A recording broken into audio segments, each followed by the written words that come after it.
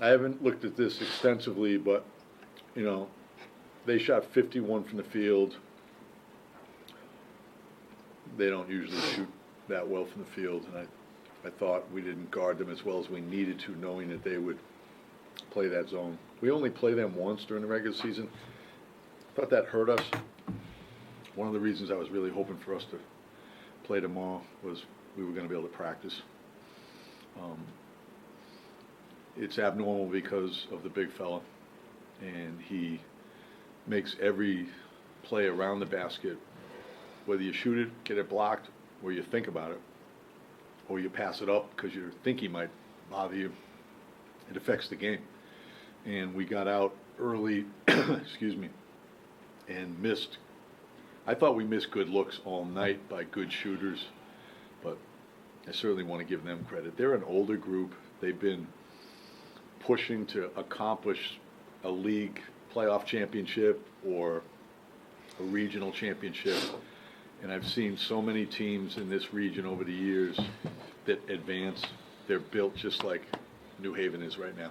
It starts with Q Lane and his maturity. Last year we had Jordan Mello Klein as the lead guard who's in his 5th year.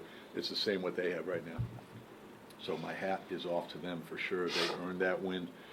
We know we got outplayed, but I would like to have seen if we made a couple early, it might have been a different game instead of us chasing them the whole night.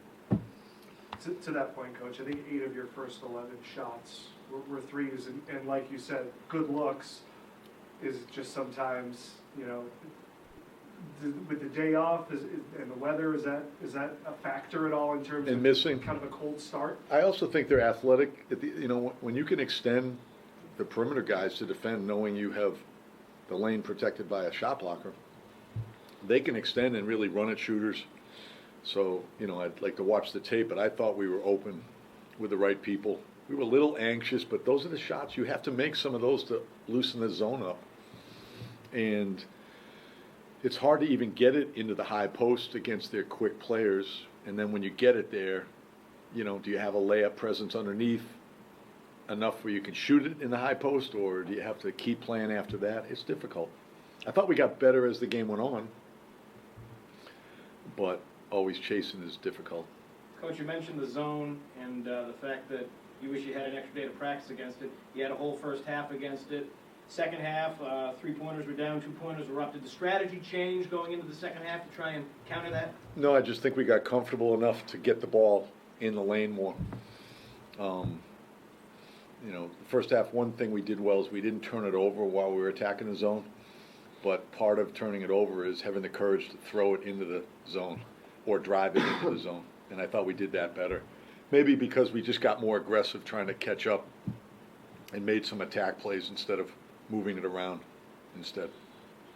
Coach, felt like there were moments in the second half, you guys would, you know, it was 10 down to 7, and you were always, there were a couple occasions where it felt like you were knocking on the door. And I don't think you ever got it to even a 2-possession game. Maybe it was 6-1 once early.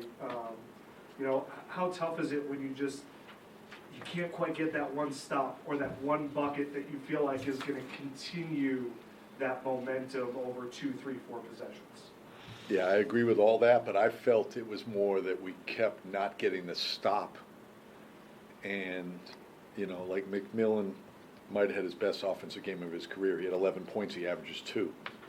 And he hit I thought it was. And he hit a 3. Those were backbreakers. They might have even happened while we scored, or it might have been that we missed, as you said. And then they also get a bucket because they're running the clock down, and that's challenging.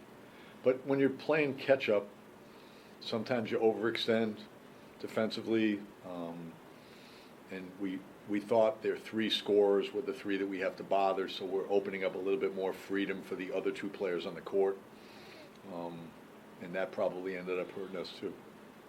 You have to concentrate on Lane and Perry and Thomas on that team. In some games, they'll score 80% of the points for the team. For Brian and Mason, obviously, I know this is tough, but just sort of, you know, you guys have had an unbelievable run. You know, obviously, this is a historic program that you guys came into, but So prior to your arrival, there had been a couple of years where, you know, NCAAs weren't necessarily automatic for Bentley. So just maybe speak to a little bit, sort of maybe getting Bentley back to what everyone maybe is used to in terms of this program. Yeah, so what we did, it was tough getting there our first couple of years, but those guys, those seniors on those teams, I couldn't speak more highly of them. They might not have made it, but we learned a lot from them. They laid the groundwork, and then they made our jobs easy. We just followed their example, and the example Coach Lawson sets every day. We just try to come in and do the things that they showed us, that Coach preaches every day, and some years it works, some years it doesn't, and we've had success lately, and hopefully the younger guys on this team say the same stuff about us and can keep this rolling. Yeah, I agree with everything he just said. I feel like because our first 2 years we got off to great starts, like 14-2, 14-1, ranked in the country, and we kind of hit a rut, and we weren't able to sustain our defense, things like that. Like winning tough road games in the NE10 is probably the hardest thing to do. So I feel like those experiences helped us in building off of what he said about our prior seniors, Ryan Richmond, Jordan, Colton, Chris. They set the examples, particularly for us, how to go in, day out, and how to just be the best that we can be. And it was important for them to lay the groundwork for why we're here right now. And trust me, it hurts a ton, but I'm just grateful for the opportunity, honestly.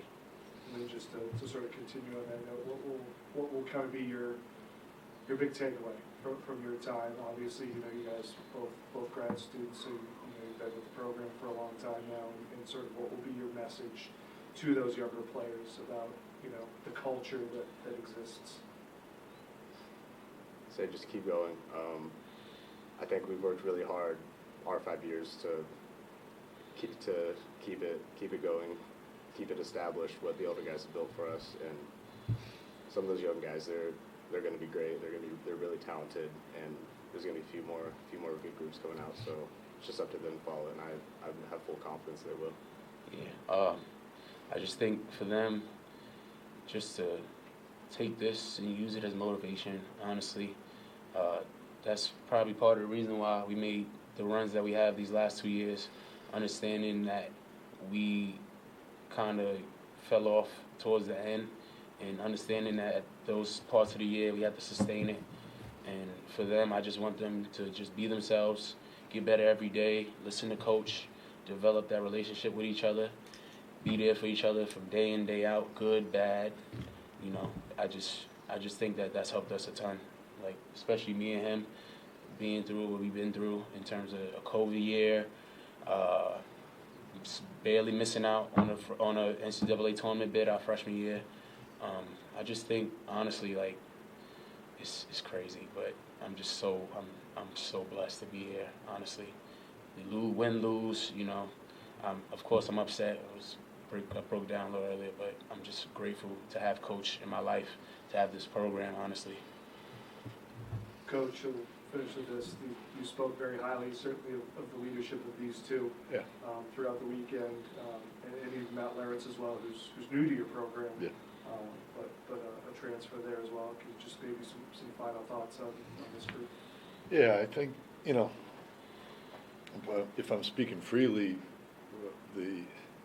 our university's changed immensely over the last 10 or 15 years academically, and what these guys have helped us with is, we were, in the early 2000s rolling, but Bentley University's not the same school it was back then. And so what I admire about these two and these other guys we have is the load that they have to carry academic responsibility-wise.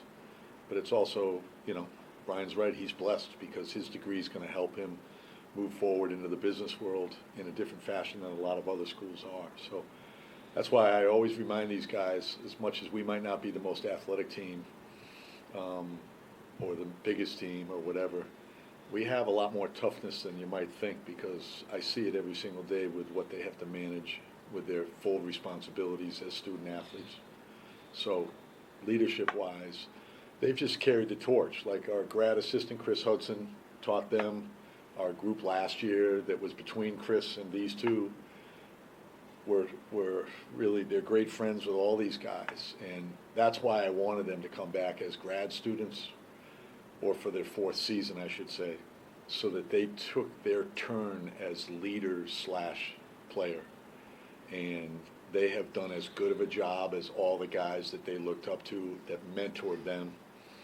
And they're right, like it's going to get passed on to the other people because they admire and look up to these two guys the same way that they looked up to the other ones. So it's in any good program, whether it's New Haven, St. Anselm, Bentley, and all the other schools. If you have something consistent, the environment's consistent, and you provide it in that fashion every single day, you know, young men are going to take advantage of it, the ones who really care a lot. And that's why we're hurt, we're upset, but we'll get over it. That other team played better than we did today, and there's nothing wrong with that. They are moving to the Elite Eight. We know what it feels like. We saw them happy. We know what that felt like last year. So it's all good. And again, I say congrats to New Haven, because they didn't have the smoothest season for who they are either.